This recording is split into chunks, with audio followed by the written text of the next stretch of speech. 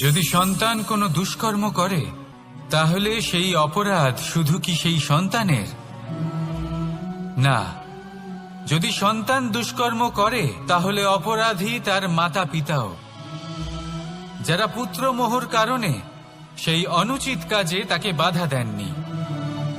অপরাধী হলেন তার পিতামহ, যিনি নিজের কর্তব্যবোধের কারণে নিজের পরিবারের যত্ন নেননি, যিনি সন্তানকে কখনো শাস্তি দেননি। অপরাধী হলেন তার সেই গুরুও, যিনি নিজের শিষ্যের সেই দুষ্কর্ম দেখেও তাকে প্রতিহত করতে পারেননি। একজন হবু রাজার কর্তব্য হলো নিজের প্রজার কাছে সে যেন এক উদাহরণ প্রস্তুত করতে পারে, কিন্তু যদি এত অনুচিত উদাহরণ প্রস্তুত হয়ে থাকে তাহলে মা বাবার, বাড়ির বয়োজ্যেষ্ঠদের কর্তব্য হলো ওনারা যেন সেটা সেখানেই থামায়। বল, শক্তি, পরাক্রম এই সংসারের বিকাশের মূল। কিন্তু কখনো ভেবেছেন যে প্রকৃতি আমাদের এই বল, শক্তি, পরাক্রম কেন দিয়েছেন? যাতে আমরা জীবনে কারোর উদ্ধার করতে পারি, কাউকে সাহায্য করতে পারি, কারোর জন্য ভালো কিছু করতে পারি, কোনো গরিব অসহায় মানুষের জন্য কিছু করতে পারি। এই বল, এই শক্তির সদ্ব্যবহার করতে পারি। কখনো দেখেছেন এমন মানুষ যার কাছে অসীম শক্তি আছে কিন্তু তার সাথেই অসম্ভব অহংকারও রয়েছে, যিনি নিজেকে সর্বশ্রেষ্ঠ বলে মনে করেন, খারাপ কাজও করেন। আপনি দেখবেন প্রকৃতি এবং মানুষ তাকে ভাঙতে সর্বদা চেষ্টা করেন। মনে রাখবেন, যতই সুবিশাল পর্বত হোক না কেন, তা যদি পথে পড়ে তাকে ভেঙে পথ প্রশস্ত করা হয়। যদি আপনার কাছে বল থাকে, শক্তি থাকে, পরাক্রম থাকে, তাহলে তার সদ্ব্যবহার করুন, কাউকে সাহায্য করুন, কাউকে রক্ষা করুন। যদি আপনি আপনার শক্তির দুর্ব্যবহার করেন তাহলে মনে রাখবেন আপনি নিজের বিনাশ নিজেই আমন্ত্রণ করছেন। এবার বল অর্জন করার পরে, শক্তি অর্জন করার পরে আপনি নিজেকে বিনাশ করতে চান নাকি এই সংসারের উদ্ধার করতে চান? সিদ্ধান্ত আপনার। রাধা রাধা। যখন সুখ আসে তখন সে আপনার পরীক্ষা নেয় যে আপনার মধ্যে অহংবোধ জাগ্রত হয়নি তো। যদি অহংবোধ চলে আসে তাহলে সুখ সেখানেই সঙ্গ ত্যাগ করে। দুঃখ আপনার ধৈর্যের পরীক্ষা নিতে থাকে, আর যদি আপনার মধ্যে ধৈর্য না থাকে তাহলে এটা আপনাকে আরো বেশি দুঃখের গভীর অন্ধকারে ঠেলে দেবে। সেখানে শক্তি পরীক্ষা নেয় আপনার বিনম্রতার। যদি আপনি বিনম্র না হন তাহলে হয় এই শক্তি আপনার সঙ্গ ত্যাগ করবে, নয় এই শক্তি বিনম্রতার অভাবে আপনার পতনের কারণ হতে পারে। মানুষ আর ধন, এই দুইয়ের মধ্যে সম্পর্ক খুব ঘনিষ্ঠ। ধন হলো সেই শক্তি যার ব্যবহার মানুষ করে থাকে সাংসারিক বস্তু ক্রয় করার জন্য, নিজের জীবন যাপন করার জন্য। আর মানুষ হলো সেই শক্তি যারা ধনকে গুরুত্বপূর্ণ করে তোলেন। এবার একটা কথা বলি, ব্যবহার করা উচিত ধনকে আর ভালোবাসা উচিত মানুষকে। এটা বেশিরভাগ মানুষই বোঝেন না। মানুষ এখানেই সব থেকে বড় ভুল করে বসেন। তারা ভালোবাসেন ধনকে আর ব্যবহার করেন মানুষকে। এ হলো অনুচিত। দেখুন, আপনি একটা সূচের দ্বারা যুদ্ধ করতে পারবেন না, আর কোনো তলোয়ার দ্বারা বস্ত্র সেলাই করতে পারবেন না, তাই না? কোনটা কিসের জন্য হয় সেটা বোঝা অত্যন্ত জরুরি। আপনিও সঠিক দিকে অগ্রসর হন। মানুষকে ভালোবাসুন আর ধনকে ব্যবহার করুন। যদি আপনি মানুষকে ব্যবহার করেন তাহলে আপনি ভালোবেসে ফেলবেন ধনকে, আর এই ভালোবাসা ধীরে ধীরে পরিণত হবে লোভে, আর ধীরে ধীরে এটা আপনাকে বিনাশ করে দেবে। তাহলে সমস্ত মানুষকে ভালোবাসুন আর এইভাবে ভালোবেসে বলুন, রাধা রাধা। এই সংসারে প্রত্যেক মানুষ এটাই চান যে তিনি যেন ধনবান হন, আর্থিক অবস্থা তার ভালো থাকে, ওনার বাড়িতে লক্ষ্মীর আগমন হয়। কিন্তু সেটা হবে কি করে, সেটাই হলো প্রশ্ন। কেউ বলেন যে যদি পরিশ্রম করো তাহলে ধন অর্জন সম্ভব, কেউ বলেন যে যদি বিদ্যা লাভ হয় তবেই ধন অর্জন সম্ভব, কেউ বলেন যে যদি বলশালী হও তবেই সম্পন্ন থাকবে। ভালো কথা, যদি তাই হয়ে থাকে তবে দিনমজুর সারা দিন পরিশ্রম করেন, তিনি কেন ধনী হন না? অনেকজন বিদ্বান মানুষ আছেন এই সংসারে, তারা কেন ধনবান হন না? অনেক সংখ্যক বলশালী ব্যক্তি আছেন, তাদের কাছে ধন নেই কেন? তাদের কেন ধনের অভাব হয়? আবার এমনও কিছু মানুষ আছেন যারা পরিশ্রম করেন, তারা দিনমজুর, কিন্তু তারা ধন অর্জন করতে পারেন। কিছু বিদ্বান ব্যক্তি আছেন যাদের কাছে অধিক মাত্রায় ধন রয়েছে, কয়েকজন বলশালী ব্যক্তি রয়েছেন যাদের কাছে সাফল্য কে না চান? সাফল্য লাভ করার, শিখরে পৌঁছানোর আলাদাই একটা আনন্দ রয়েছে। আর আপনজনদেরও কে না চান? প্রত্যেক মানুষ চান যেন জীবনে তার কোনো আপনজন থাকে, যারা সবসময় তাদের সাথে থাকবে, কারণ আপনজনের সাথেই তো সাফল্যের আনন্দ সব থেকে বেশি পাওয়া যায়। কিন্তু আসলে কি হয়, অনেক সময় সাফল্যের খোঁজে সেই পথে চলতে চলতে আমরা আপনদের থেকে দূরে চলে যাই, না চাইতেও দূরে চলে যেতে হয়, ওনাদের সাথে সময় কাটাতে পারি না। আর আমরা ভুলে যাই যে সাফল্যের আসল আনন্দ আপনজনদের সাথেই পাওয়া যায়। সফল হওয়ার পরে আপনদের সাথে দেখা হলে তাদের চোখে আমাদের জন্য যে আবেগ থাকে, যে সম্মান, যে প্রেম থাকে, সেটাই হলো আসল পুরস্কার। আমরা সেই কথা ভুলে যাই এবং একা হয়ে পড়ি। বেশিরভাগ সময় এটাই হয়, বেশিরভাগ সময় সফল মানুষগুলি একা হয়ে যান। এবার আপনি কি চান? আপনি অসফল হয়ে দিনগুলি একাকিত্বে কাটাতে চান, নাকি সফল হয়ে আপনজনদের সাথে আনন্দে থাকতে চান? সেই সিদ্ধান্ত আপনার।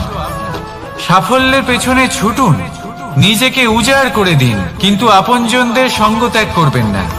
সেই আপনজন যারা আপনার সাফল্যের জন্য দায়ী, সেই আপনজন যিনি আপনার সাফল্যে আনন্দ পান, সুখ লাভ করেন, তাদের কখনো ত্যাগ করবেন না। আসুন আমার সাথে ভালোবেসে বলুন, রাধা রাধা। অনেক সময় আপনি কোনো ব্যক্তিকে এটা বলতে শুনবেন যে আমি আমার নিজের উপরে গর্ব করি, আমি নিজেকে নিয়ে গর্ব করি, আমি খুব ভালোভাবে আমার মা বাবার সেবা করি, ওনাদের আমি সবসময় সুখী রাখি, ওনাদের আমি একটা বাড়ি দিয়েছি, সকল সুখ সুবিধা দিয়েছি, ওনাদের জীবনে প্রত্যেক জিনিস দিয়েছি আর দেব যা তাদের প্রয়োজন। এবার আমাকে বলুন যে আপনি কে হন? আপনি হলেন সেই বীজ যা আপনার মাতা পিতা রোপণ করেছেন। আপনার মা বাবাই আপনাকে এই সংসারে জন্ম দিয়েছেন। এবার এইসব কথার কি তাৎপর্য? এই হলো সেই ব্যক্তির দৃষ্টিভঙ্গি। এবার দেখা যাক এই প্রকৃতি আমাদের কি শেখায়। কখনো কোনো গাছকে দেখবেন, যখন সেই গাছে ফল আসে, সে মালিকে এটা বলে না যে দেখো আমি তোমাকে ফল খেতে দিচ্ছি, কারণ ও জানে যে এটা হলো সেই মালির পরিস্থিতি।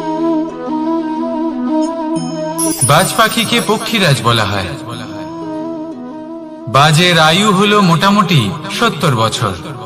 এবার 40 বছর হতে হতেই ওদের পালক লম্বা এবং ভঙ্গুর হয়ে যেতে থাকে, ঠোঁট বেঁকে যায়, ডানা ভারী হয়ে যায়, অর্থাৎ আগের মতো উঠতে পারে না, সেই শক্তি থাকে না।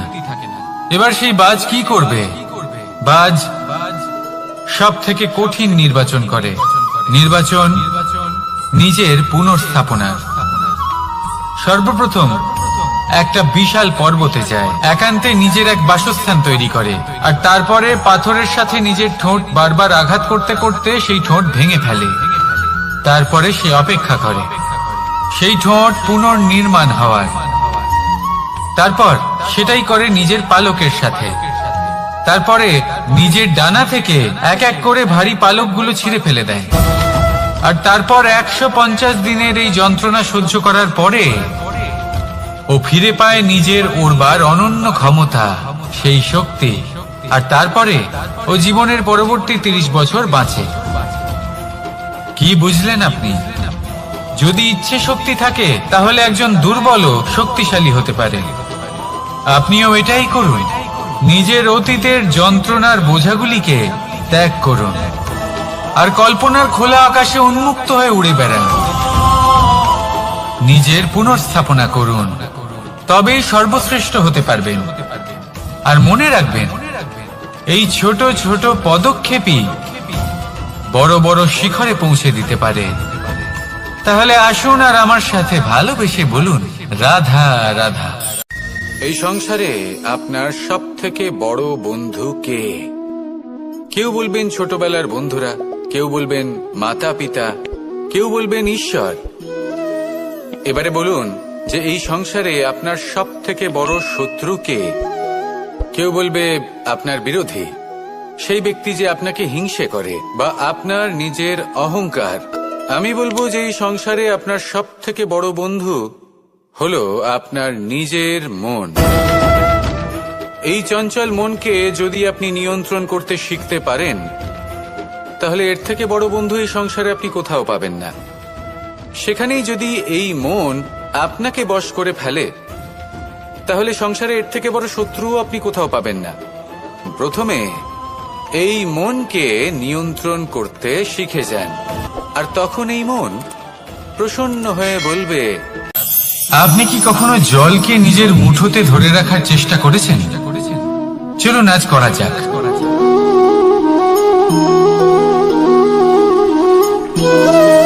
যদি আপনি নিজের মুঠো জোরে বন্ধ করেন,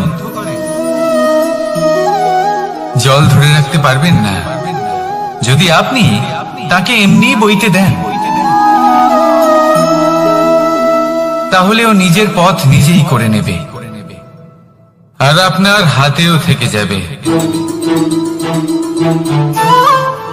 আমাদের জীবনও হলো কিছুটা এরকম, জলের মতো। নিজের পথ নিজেই করে নেয় এই জীবন। প্রত্যেক সমস্যার সমাধান নিজেই করে নেয় এই জীবন।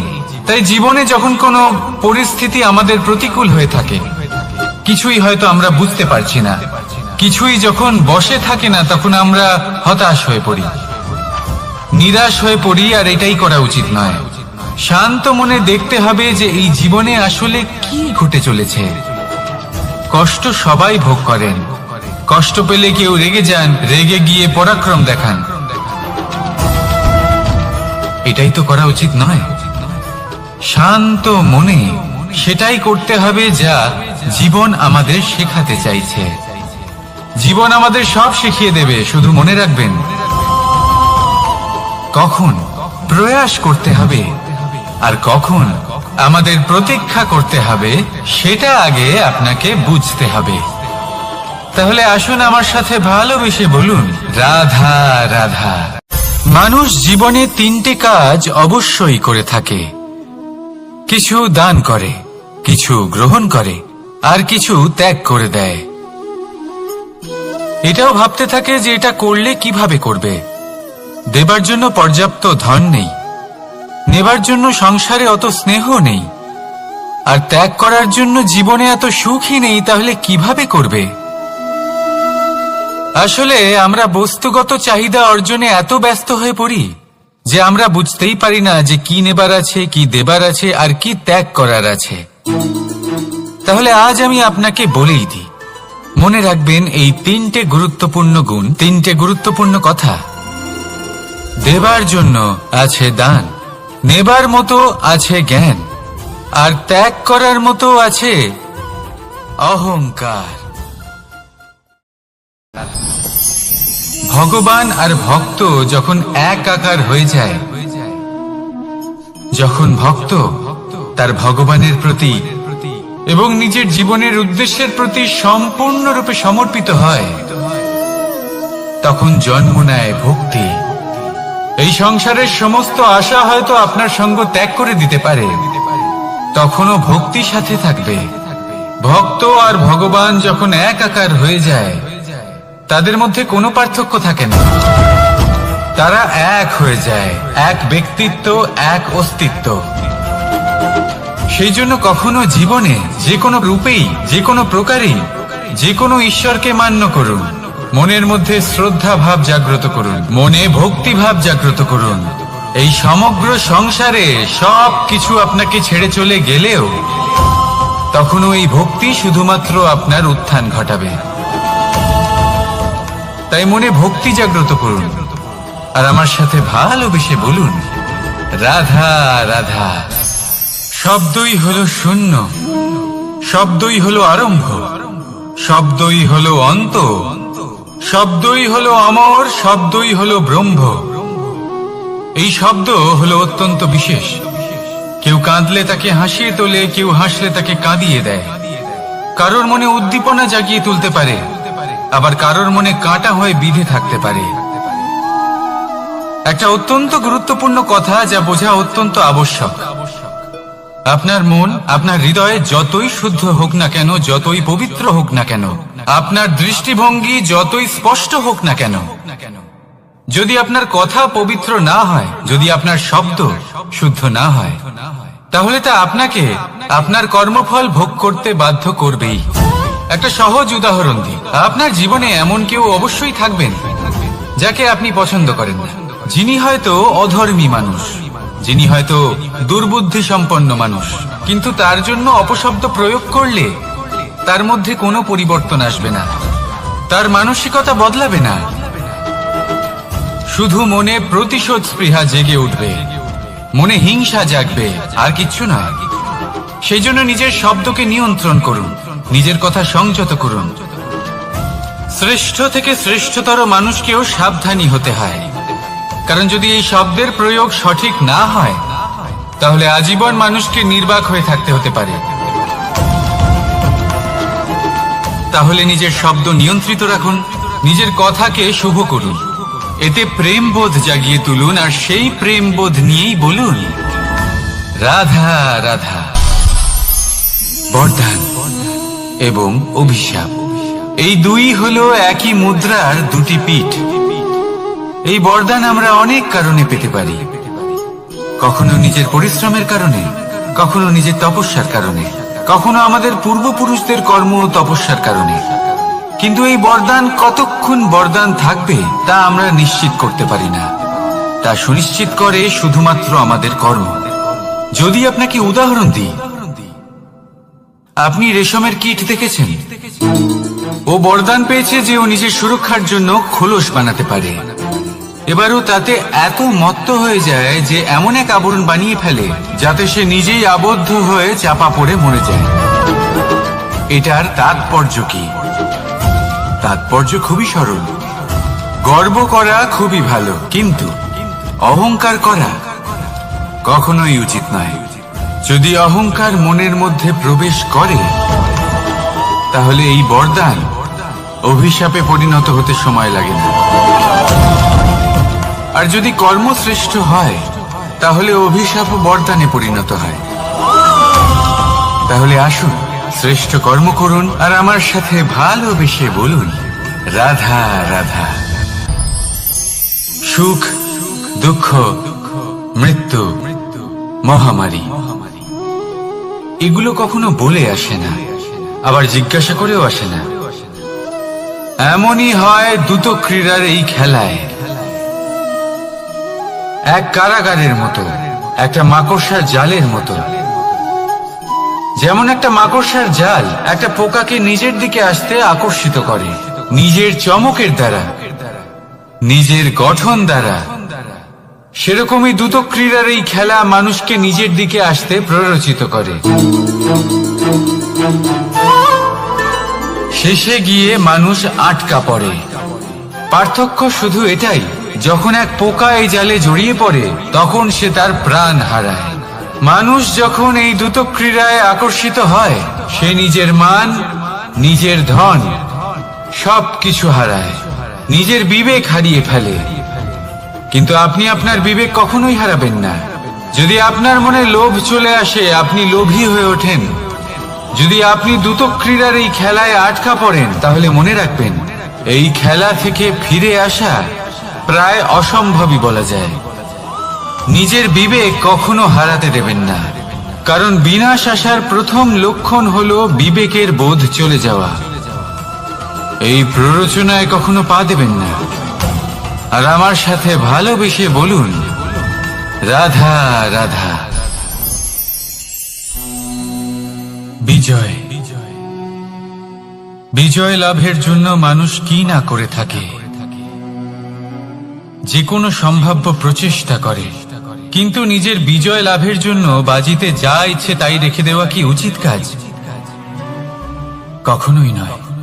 নিজের হারানো সম্মান, নিজের হারানো সম্পত্তি, নিজের হারানো অধিকার ফিরে পাওয়ার শুধু একটাই পথ রয়েছে, আর তা হলো পুরুষার্থ, দ্রুতক্রিয়া নয়। যে মানুষ নিজেই হেরে গেছে, নিজেই নিজের জয়লাভ করার জন্য অন্য কাউকে কিভাবে বাজিতে রাখতে পারে? এ হলো সম্পূর্ণরূপে অনুচিত। অনেক সময় অনেক ধন লাভ করার জন্য, অনেক সম্পত্তি লাভ করার জন্য আমরা নিজের আসল ধন, আমাদের আপনজন, তাদেরকে হারিয়ে ফেলতেও প্রস্তুত হয়ে যাই। এটা একেবারেই উচিত নয়। যত বড়ই সংকট আসুক না কেন, আমাদের আপনজনদের আমাদের সাথেই রাখা উচিত। নিজের বিজয়ের জন্য ওনাদের বাজি রাখা ঠিক নয়। এই ভুল কেউ একজন করেছেন, আপনি তা ভুলেও করবেন না। রাধা রাধা। নারী জন্মসূত্রে কারোর কন্যা, ধর্মসূত্রে কারোর পত্নী, আর কর্মসূত্রে কারোর মা।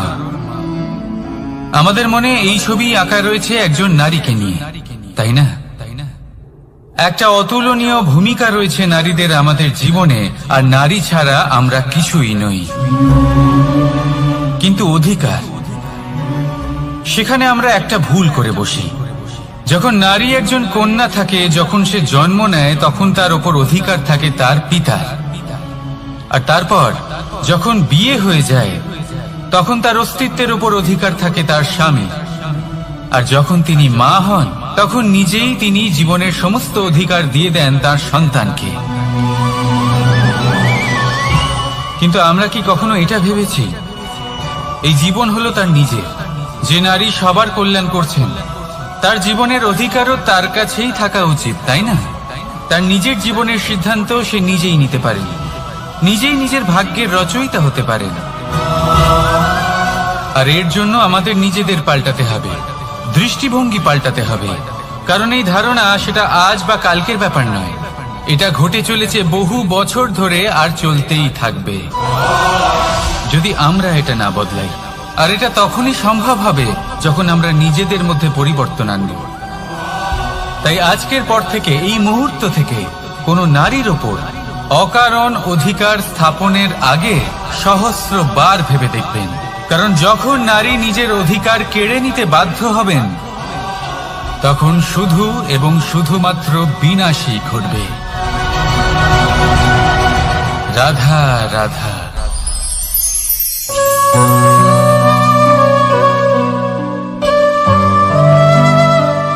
নারী, পুরুষরা যাকে নাম দিয়েছেন ত্রিয়া, কেন দিয়েছেন, কে দিয়েছেন, কেউ তা জানে না। কথায় আছে, পুরুষরা ভাবেন যে ত্রিয়া, ভাবেন একরকম, বলেন অন্য কিছু, আর করেন অন্য কিছুই। কিন্তু সত্যিটা কি এটাই? আসল সত্যি হলো এটাই যে ত্রিয়া হলো সেই চরিত্রহীন পুরুষ, আর কেউ নয়। সেই পুরুষ যারা নারীকে বলেন যে আপনি হলেন মা, আপনি হলেন দেবী, আপনি হলেন বোন। আর ভাবেন কি? ভাবেন যে এই নারী হলো আমাদের পায়ের ধুলো, আর কিচ্ছু নয়। আর কি করেন? ওনাদের মাথায়, ওনাদের খোপায় মালা পরিয়ে দিয়ে ভাবেন যে ওনারা হলেন তাদের পায়ের ধুলোর সমান। একজন নারীর সম্মান ভঙ্গ করেন, তাদের দাসী মনে করেন।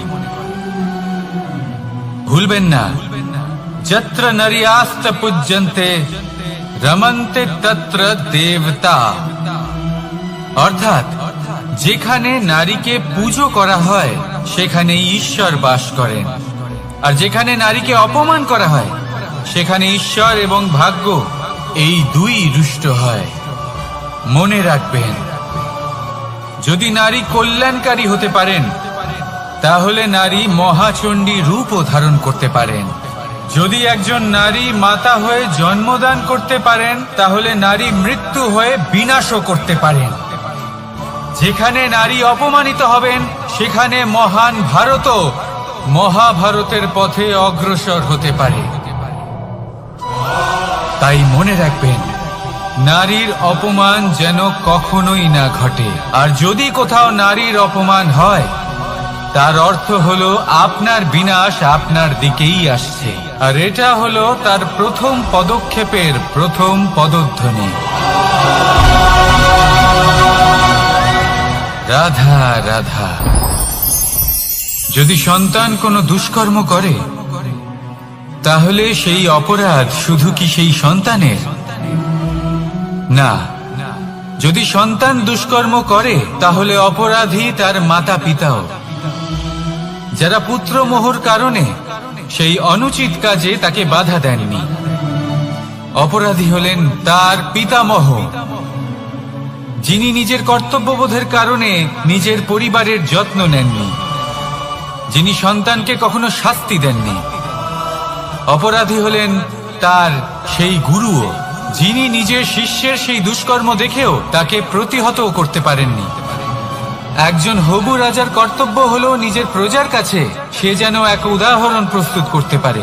কিন্তু যদি এত অনুচিত উদাহরণ প্রস্তুত হয়ে থাকে, তাহলে মা বাবার, বাড়ির বয়োজ্যেষ্ঠদের কর্তব্য হলো ওনারা যেন সেটা সেখানেই থামায়,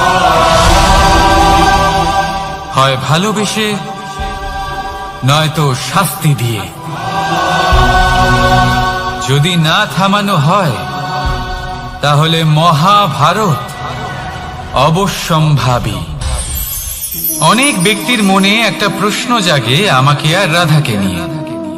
বলেন যে, না আমি আর রাধা একসাথে থাকি, না আমাদের বিয়ে হয়েছে, আমি এখানে দ্বারকাতে, ও ওখানে বর্ষণাতে, তাও এত ভালোবাসা কি করে? এ কেমন সম্পর্ক? আমি তাদের একটা সহজ কথা বলতে চাই। আপনি কখনো আয়নার দিকে দেখেছেন? নিজের দুই চোখের দিকে তাকিয়ে জিজ্ঞাসা করুন, এই দুই চোখ একসাথে কেন বন্ধ হয়? একসাথে কেন খোলে? একসাথে কেন ঘুমোয়? একসাথে কেন কাঁদে? আজীবন কোনো এক মানুষের সাথে সম্পর্ক রাখা অবশ্যই সম্ভব, তাদের সাথে দেখা না করে। আমার আর রাধার ভালোবাসাও কিছুটা এরকমই, আর কিছুটা এরকমই হয় ভালোবাসা দুই নয়নের মতো, যারা কখনোই মিলিত হবে না, কিন্তু চিরকালের জন্য একসাথে জুড়ে থাকবে।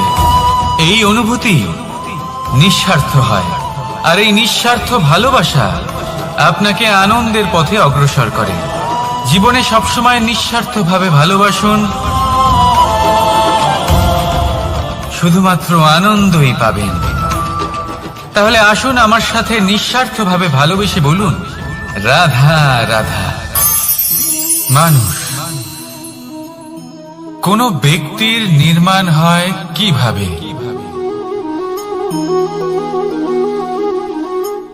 কেউ বলবেন পঞ্চতত্ত্বের দ্বারা, কেউ বলবেন আত্মা, দেহ ও চেতনার দ্বারা, কেউ বলবেন ঈশ্বরের কৃপার দ্বারা, তো কেউ বলবেন এই প্রকৃতির পরীক্ষার দ্বারা। না, মানুষের নির্মাণ হয়ে থাকে বিশ্বাস দ্বারা। ব্যক্তি তখনই গড়ে ওঠেন যখন ব্যক্তিত্ব থাকে, ঠিক কিনা? আর ব্যক্তিত্ব তখনই হবে, আর সেরকমই হবে যেরকম বিশ্বাস আপনি নিজের উপরে রাখবেন। যদি আপনি মনে করেন আপনি বিষের ন্যায় হবেন, তাহলে আপনি বিষাক্তই হবেন। যদি আপনি এটা মনে করেন যে আপনি অমৃতের ন্যায় হবেন, তাহলে আপনি অমরই হয়ে যাবেন। যদি আপনি নিজের উপরে বিশ্বাস রাখেন যে আপনি সংসারের সব থেকে উঁচু পর্বতের শিখরে পৌঁছতে পারবেন, তাহলে আপনি অবশ্যই পৌঁছবেন। যদি আপনার এরকম মনে হয় যে আপনি এরকম কখনো করতে পারবেন না, তাহলে এরকম কখনোই হবে না। ভেবে দেখবেন, বিশ্বাসের মধ্যেই বিশ্ব বাস করে থাকে। তো আপনার অস্তিত্ব কেন করবে না? যেমন বিশ্বাস আপনি নিজের উপরে রাখবেন, তেমনই আপনি হয়ে উঠবেন। সেই জন্য নিজের উপরে বিশ্বাস রাখুন। আর হ্যাঁ, ভালোবেসে বলুন রাধা রাধা। শত্রুতা, একজন মানুষ অন্য মানুষের সাথে শত্রুতা করে বসেন। দুজন ঘনিষ্ঠ বন্ধু, এমনও এক সময় আসতে পারে যখন এনারা একে অপরের শত্রু হয়ে ওঠেন। এর অনেকগুলো কারণ হতে পারে, কিন্তু মূল কারণ হলো আলোচনা। আগে হ্যাঁ, আপনি যদি কারোর বিষয়ে আলোচনা করেন তাহলে সে আপনার শত্রু হয়ে যেতে পারে। এবার মনে একটা প্রশ্ন আসতে পারে যে এটা কিভাবে সম্ভব হতে পারে? আলোচনা, এটা তো অত্যন্ত জরুরি। যদি আমি নিজের বন্ধুর খারাপ কাজের বিষয়ে আলোচনাই না করি তাহলে সে শুধরবে কি করে?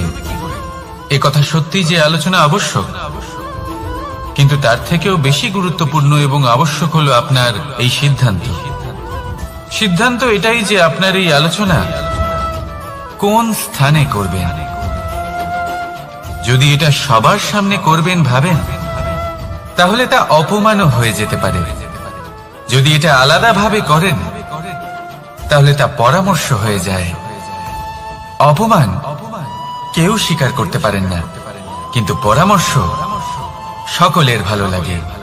তাহলে যদি আপন কারোর জন্য ভালো কিছু চান, কাউকে শুধরে দিতে চান, আর আপনার মনে হয় আলোচনা আবশ্যক, তাহলে সর্বপ্রথম সময়, পরিস্থিতি আর স্থানের কথা মনে রাখবেন।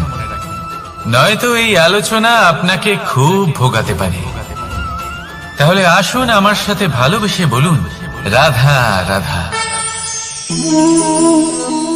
আপনার জীবনেও কি সমস্যা রয়েছে? অবশ্যই থাকবে। প্রত্যেকের জীবনেই সমস্যা থাকে। প্রত্যেক মানুষ জিজ্ঞাসাও করেন যে এই সমস্যা আসলে কি আর কেন আসে জীবনে। আপনাকে একটা কথা বলে দিই যে সমস্যা আসলে সেটা নয় যা আপনার পথে বাধা সৃষ্টি করে, বরং সমস্যা হলো সেটাই যেটা আপনি তখন দেখতে পান যখন আপনার একাগ্রতা আপনার পথ থেকে, আপনার লক্ষ্য থেকে সরে যেতে থাকে। আর এই সমস্যাগুলি দূর করার জন্য, এর সমাধান করার জন্য একটাই পথ আছে। নিজের সমস্ত ভাবনা আরো একবার একাগ্র করুন নিজের পথের দিকে, নিজের লক্ষ্যের দিকে। আপনার সমস্ত ভাবনা যদি কেন্দ্রীভূত হয় নিজের লক্ষ্যে, তাহলে এই সমস্যা দূরে থাকবে। যদি এরকম না হয়, যদি আপনার মন একটু অন্যদিকে চলে যায়, তাহলে এই সমস্ত সমস্যা আবার সামনে চলে আসে আর বাড়তেও থাকে। দেখুন, যেখানে আপনার লক্ষ্য রয়েছে, বান যদি সেখানেই চালাতে হয়, তাহলে দৃষ্টি তো সেদিকেই রাখতে হবে। তবেই তো আপনি সেই লক্ষ্য ভেদ করতে পারবেন। সেই জন্য মনে রাখবেন, সর্বদা লক্ষ্য রাখবেন নিজের পথে, সেই পথেই সামনে এগোতে থাকুন নিজের লক্ষ্যের দিকে। আপনি যত সামনে এগোতে থাকবেন এই সমস্যা তত পিছিয়ে যাবে। তাহলে আসুন আমার সাথে ভালোবেসে বলুন রাধা রাধা। এই পাখিরা সত্যি খুব সুন্দর, আমার খুব ভালো লাগে। আপনি নিশ্চয়ই শুনে থাকবেন যে কিছু পাখির কাছে ডানা অবশ্যই থাকে, কিন্তু উড়তে পারে না। তারা চায় উঁচু আকাশে উড়ে বেড়াতে এবং মেঘেদের সাথে কথা বলতে, করতেই পারে না। এবার এই সংসারেও পাওয়া যায় ঘুড়িও। এদের মধ্যে না জীবন আছে, না প্রাণ আছে, আর না আছে ডানা, কিন্তু এরা আকাশের সাথে কথা বলে, হাওয়ার বেগের সাথে কথা বলে, আনন্দ করে, উৎফুল্ল হয়ে ওঠে। আকাশে জীবনের কিছু মুহূর্ত কাটায়। তার কারণ কি হতে পারে? কারণ হলো সুতো। এই সুতো যদি সঠিক হাতে থাকে, তাহলে এই কাগজের তৈরি ঘুড়িও আকাশের উচ্চতায় উড়ে বেড়াতে পারে। এবার এই সুতো আসলে কি? এই সুতো হলো আসলে ভালোবাসা, এই সুতো হলো আসলে বিশ্বাসের। আর এটা আপনি দিয়ে থাকেন তাদের হাতে যাদের আপনি বিশ্বাস করেন, যাদের আপনি নিজের সর্বস্ব দিয়ে দেন। ভেবে দেখুন, এই ভালোবাসা আর বিশ্বাসের সুতো আপনি যদি সঠিক মানুষের হাতে দিয়ে দেন, তাহলে আপনি অনেক উচ্চতায় উঠতে পারবেন, আকাশের উচ্চতায় উড়ে বেড়াতে পারবেন, মেঘের সাথে কথা বলতে পারবেন, পাখিদের মতো উঠতে পারবেন, যা ইচ্ছে তাই করতে পারবেন। শুধু এই মানুষ সঠিক হতে হবে, এমন একজন মানুষ যার মনে আপনার জন্য ভালোবাসা রয়েছে, এমন এক মানুষ যার মনে কোনো স্বার্থ নেই, যিনি পরোপকারী, এমন একজন ব্যক্তি যিনি আপনার অস্তিত্বকে বাইরে নিয়ে আসতে পারবেন, তাকে উজ্জ্বল করে তুলবেন। তাহলে ভালোবাসুন, আনন্দ করতে থাকুন, আর এই আনন্দ সহকারে বলুন রাধা রাধা। আমরা সকলে এমন ব্যক্তির সাথে থাকতে চাই যারা খুব মিষ্টি কথা বলেন, যাদের ব্যবহার আমাদের ভালো লাগে, যারা দেখতে সুন্দর হন, যাদের আমরা পছন্দ করি। আর সব সময় এমন ব্যক্তির থেকে দূরে থাকতে চেষ্টা করি যাদেরকে আমরা পছন্দ করি না, যাদের কথা আমাদের খারাপ লাগে, যাদের কথা একটু কঠোর হয়। আমরা সব সময় চেষ্টা করি এদের থেকে দূরে থাকার, ঠিক কিনা? কিন্তু যদি বাস্তবটা দেখি, তাহলে এই কঠোরতা জীবনে শান্তির প্রলেপ দেয়। ওষুধও একটু কড়াই হয়, কিন্তু এ কি করে? আমাদের সুস্থ করে তোলে। ঠিক সেইভাবেই ভালোবাসার এই অধ্যায় একটু কঠিন, একটু কড়াও মনে হতে পারে, কিন্তু এর ফল সবসময় আপনাদের স্বাস্থ্যের পক্ষে ভালোই হয়। সেই জন্য যদি কেউ আপনার নিন্দে করে, আপনাকে কড়া কথা শোনায়, আপনার ব্যাপারে আলোচনা করে, তার মানে এটা নয় যে সে আপনার শত্রু। হতে পারে তিনি আপনার বন্ধু হন, আপনার জন্য ভালো চান, আপনাকে শুধরে নিতে চান, আপনার মধ্যে কোনো পরিবর্তন দেখতে চান। সেই জন্য কখনো কারোর কথা শুনে বা কাউকে দেখে প্রাথমিকভাবে এই সিদ্ধান্ত নেবেন না যে তিনি আপনার শত্রু হন নাকি আপনার বন্ধু হন। এমনও শত্রু হয়ে থাকেন যে গুড়ের মতো মিষ্টি মিষ্টি কথা বলে আসলে আপনাকে বিষ পান করিয়ে দেবেন। আর এমনও বন্ধু থাকেন যারা আসলে নিমের মতো কড়া কথা বলেন, কিন্তু আপনাকে অমৃত পান করান। এদের মধ্যে পার্থক্য করতে জানতে হবে, কে আসলে শত্রু হন আবার কে আসলে মিত্র হন। এই পার্থক্য যখন আপনি করতে শিখবেন, তখন আপনি এই সংসারের সব থেকে সুখী প্রাণী হয়ে উঠবেন।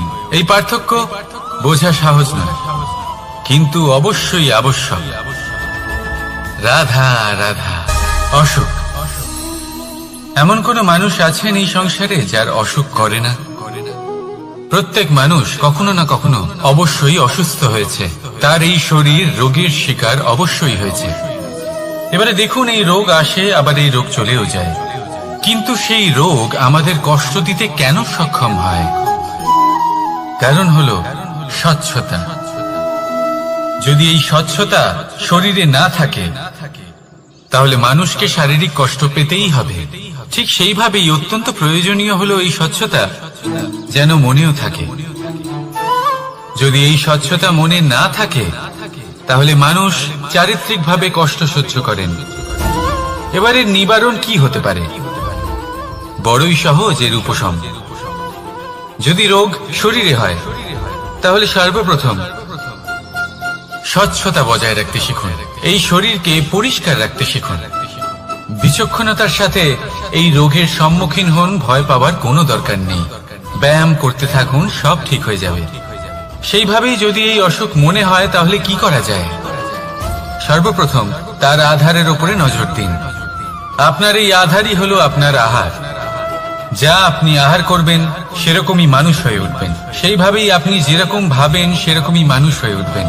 সেই জন্য নিজের ভাবনাকে শুভ করুন, নিজের দৃষ্টিভঙ্গিকে শুভ করে তুলুন, সবকিছু সঠিক হবে। আপনার আমার সবার মধ্যেই এক রাক্ষস বাস করে, তার সম্মুখীন হন, তাকে পরাস্ত করুন। তাহলে এই রোগ সে শরীরেই হোক বা মনের মধ্যে, যদি সঠিক সময় তাকে আটকানো না যায়, তাহলে যে কোনো সময় তা মহামারীর রূপ ধারণ করবে। সেই জন্য সাবধানে থাকুন, সুস্থ থাকুন। তাহলে আসুন আমার সাথে ভালোবেসে বলুন রাধা রাধা।